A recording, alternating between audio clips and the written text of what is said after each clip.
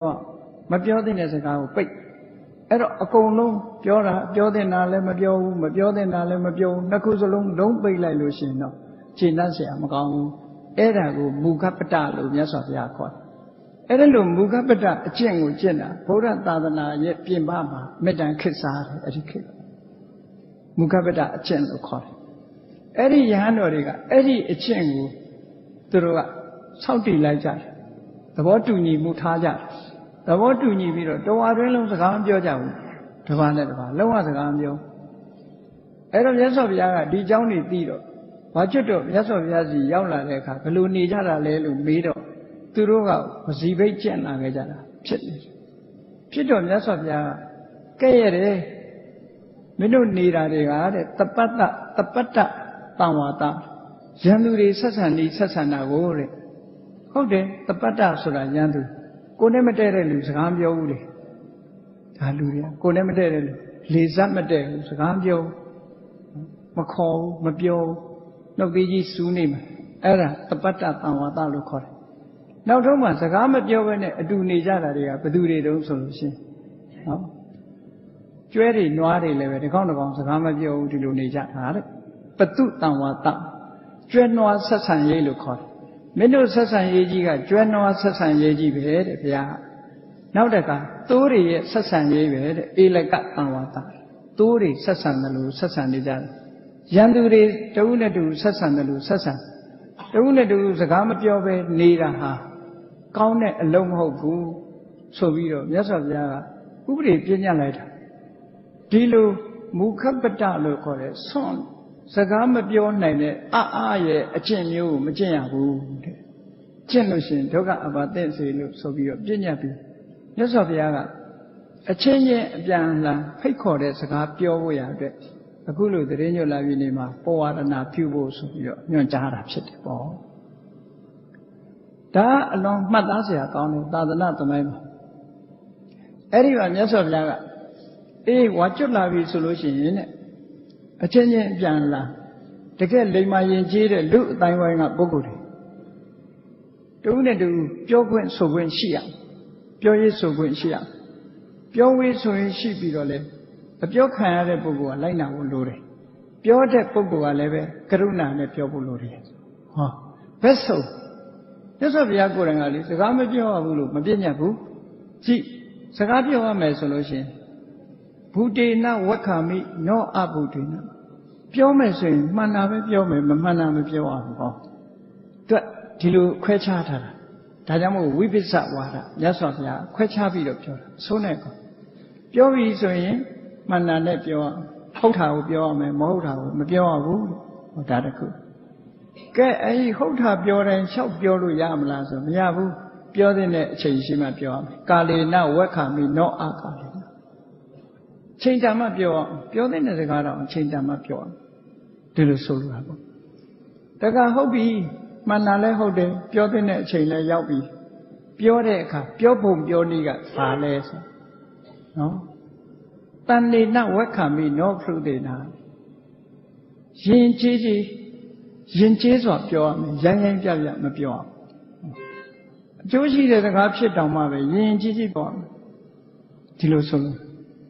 ဒါရင်လားလို့ဆိုမဟုတ်ကိုပြောတဲ့စကားဒီမှန်တယ်သို့တော့အကျိုးရှိဖို့လိုအပ်သေးတယ်မှန်တော့မှန်တယ်အကျိုးမရှိတာပြောကြည့်ပါလားယုံနေတို့ငါတိရစ္ဆာန်ယုံသွားကြည့်တာယုံနေပေါ်ရဲ့ခေါင်းပေါ်မှာဂျိုးတစ်ချောင်းမှမတွေ့ခဲ့ဘူးလို့ပြောရင်အကျိုးရှိပါမလားရှိဘူးလေဘာမှအထိပ္ပယ်မရှိဘူးယုံကြိုမရှိတာပြောတယ်နော်အဲ့ဒါလို့အကျိုးမရှိတဲ့စကားမျိုးလို့မပြောရဘူးအကျိုးရှိတဲ့စကားကိုပြောရမယ်ကဲပြောတဲ့ဆိုတဲ့အခါမှာတဲ့မေတ္တာစိတ်တော်ဝက္ခမိနောဒေါသံတရေနောမေတ္တာစိတ်နဲ့ပဲပြောရမယ်ဒေါသနဲ့ပဲပြောရအောင်ဒါတွေကမြတ်စွာဘုရားကိုယ်တိုင်ကအပြောနဲ့ပတ်သက်ပြီးဆုံးမသွန်သင်ပေးထားတယ်အဲ့ဒါတွေနှစ်ခုစလုံးပယ်ချပြီးတော့မူခပတ္တအကျင့်ကျင့်တာတော့မကောင်းဘူးလို့ဒီလိုဆိုတာနော်ဒီလိုဆိုတယ်မူခပတ္တခုခေတ်အခေါ်ဝစီဘိတ်ဒီဟာမလုပ်ရဘူးလို့ဆိုပြီးတော့ပြည့်ညတ်တယ်အဲ့ဒီမှာဝါကျွတ်ပြီဆိုလို့ရှိရင်မြတ်စွာဘုရားတုံးနဲ့တူဖဲရမယ်တဲ့ဒါကြောင့်မို့တန်ဃာတွေကအကြီးနဲ့အငယ်အပြန်အလှန်ဖိတ်ခေါ်တဲ့စကားလေးတွေက တန်ကံဗန္တိပဝရေမိဒိဋ္ဌိနာဝသုတေနာဝပရိသင်္ခါယပါဟောဒီစကားနဲ့ပြောတာနော်တပည့်တော်ပေါ်မှာမသိလျော်တဲ့အမှုကိစ္စတွေရှင်ဘုရားကိုယ်တိုင်မြင်တာနဲ့ပဲဖြစ်စေသို့မဟုတ်သူများစီကသတင်းကြားတာနဲ့ပဲဖြစ်စေသို့မဟုတ်ရှင်ဘုရားစိတ်ထဲမှာတန်တရားဖြစ်နေတာနဲ့ပဲဖြစ်စေပြောပါပြောဖို့ဖိတ်ပါတယ်ပြောခွင့်ပေးပါတယ်ဒီလိုဆိုတာဒါအလွန်ယဉ်ကျေးတဲ့စိတ်ဓာတ်ရှိပြီးအလွန်ယဉ်ကျေးတဲ့ဖိတ်ကြားချက်တစ်ခုတန်ကံဗန္တိပဝရေမိဖိတ်ကြားပါတယ်ဒိဋ္ဌိနာဝသုတေနာဝပရိသင်္ခါယဝါဝဋ္ဌန္တုမံအာယတမံတောအရှင်ဘုရားတို့တပည့်တော်ကိုပြောပါပြောကြပါပတ္တံတောပฏิကရိတမိရှင်ဘုရားတို့ထောက်ပြလို့အပြစ်တွေ့ပြီဆိုရင်တပည့်တော်ပြင်မမယ်ဟောဘလောက်ကောင်းတဲ့ယဉ်ကျေးမှုလဲအဲ့ဒီကောင်းမြတ်တဲ့ယဉ်ကျေးမှုဟာလည်းပဲဟောဒီသတင်းကြွလာပြီနေ့မှာလှုပ်ဆောင်ကြရတာဖြစ်တယ်ပေါ့လူယဉ်ကျေးအတိုင်းဝိုင်းလေးဒါပဝရဏယဉ်ကျေးမှုလို့ခေါ်တယ်ပေါ့အဲ့ဒါလို့ဆိုပြီးတော့အခုလို့အချင်းချင်းအပြန်အလှန်ဖိတ်တယ်လို့ဆိုတာဘယ်လိုအကျိုးတွေရှိလို့လဲအလုပ်တစ်ခုလုပ်ပြီဆိုလို့ရှိရင်အကျိုးမရှိပဲလုပ်လို့မရဘူးအကျိုးမရှိပဲမလုပ်ရဘူးအကျိုးရှိရမယ်ဘယ်လိုအကျိုးရှိလို့ဆိုမြတ်စွာဘုရားကရည်ရွယ်ချက်တွေနဲ့အကျိုးရှိဖို့ပြောတယ်ချင်းအပြန်အလှန်အတူနေတဲ့ပုဂ္ဂိုလ်ချင်းဟာအခုလိုပွင့်လင်းစွာတုံးနဲ့တူတရင်တနည်းပြောဆိုပြီးအလေးနဲ့ထားပြောဆိုကြတယ်ဆိုရင်ဘာဖြစ်လဲအညမညာနုလောမတာတုံးနဲ့တူဟာလိုက်လျောညီတွေကျင့်တတ်တယ်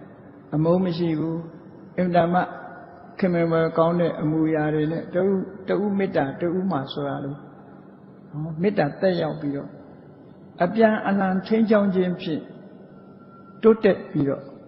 လာနိုင်တယ်ဒါကြောင့်မို့အညမညာနုလောမတာအပြန်အလှန်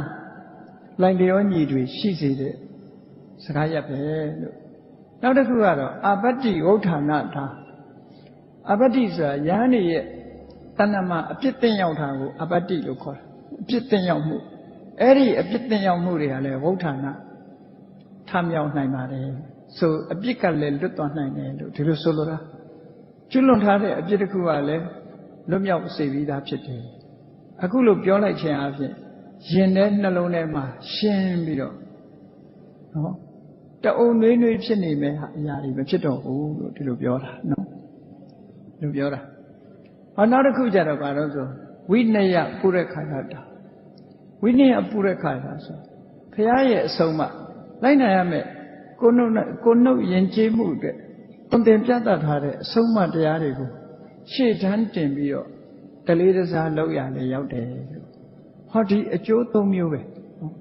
အချင်းချင်းလိုက်လျောညီတွေရှိမှုအပြစ်တွေကထမြောက်မှုအပြစ်ကထမြောက်မှုနဲ့အဆုံးအမကိုဥတည်ပြီးတော့ဒီရှေ့တန်းတင်ပြီးအဓိကထားတယ်ဆိုတာမျိုးဖြစ်ဖို့ဒီရွယ်ချက်၃ခုနဲ့ပဝရဏပြုဖို့မြတ်စွာဘုရားကခွင့်ပြုခဲ့တာဖြစ်တယ်ဟောပဝရဏပြုတယ်ဆိုတာတဦးနဲ့တူအပြစ်ရှိပြောပါလို့ဖိတ်ကြားခြင်းသာဖြစ်တယ်ဟောဒါကဒီကနေ့ခေတ်ထိအောင်အခုလိုယဉ်ကျေးတဲ့လုပ်ငန်းတွေပြုလုပ်နေကြတာလည်းပဲဒီသတင်းကြွလာပြီနေပဲဒါကြောင့်မို့မြတ်စွာဘုရားသာသနာတော်မှာသတင်းကြွလာပြီနေနဲ့ပတ်သက်ပြီးတော့အမှတ်တရဖြစ်เสียအကြောင်းတွေများစွာရှိတယ်လို့ဒီလိုဆိုတာပေါ့နော်အဘိဓမ္မာတရားကိုအပြီးသတ်ဟောပြီးတဲ့နေ့ဟာလည်းပဲဒီနေ့ပဲဖြစ်တယ်အဘိဓမ္မာတရားဟောတဲ့အခါမှာလူပြည်မှာအဘိဓမ္မာတရားလည်းအပြီးသတ်တယ်နတ်ပြည်ကအဘိဓမ္မာတရားလည်းအပြီးသတ်တယ်ဆိုတာလည်းဒီကနေ့ပဲဖြစ်တယ်အဘိဓမ္မာတရားဟောပြီးလူပြည်တို့ပြန်ပြီးကြွလာခဲ့တာလည်းဒီကနေ့ပဲဖြစ်တယ်အဲ့ဒီရှင်သာရိပုတ္တရာနဲ့ဥပ္ပလဝဏ်ထေရီမတို့ကမြတ်စွာဘုရားကိုပထမဆုံးရှ िख ိုးခွင့်ရကြတာဟာလေဒီကနေ့ပဲဖြစ်တယ်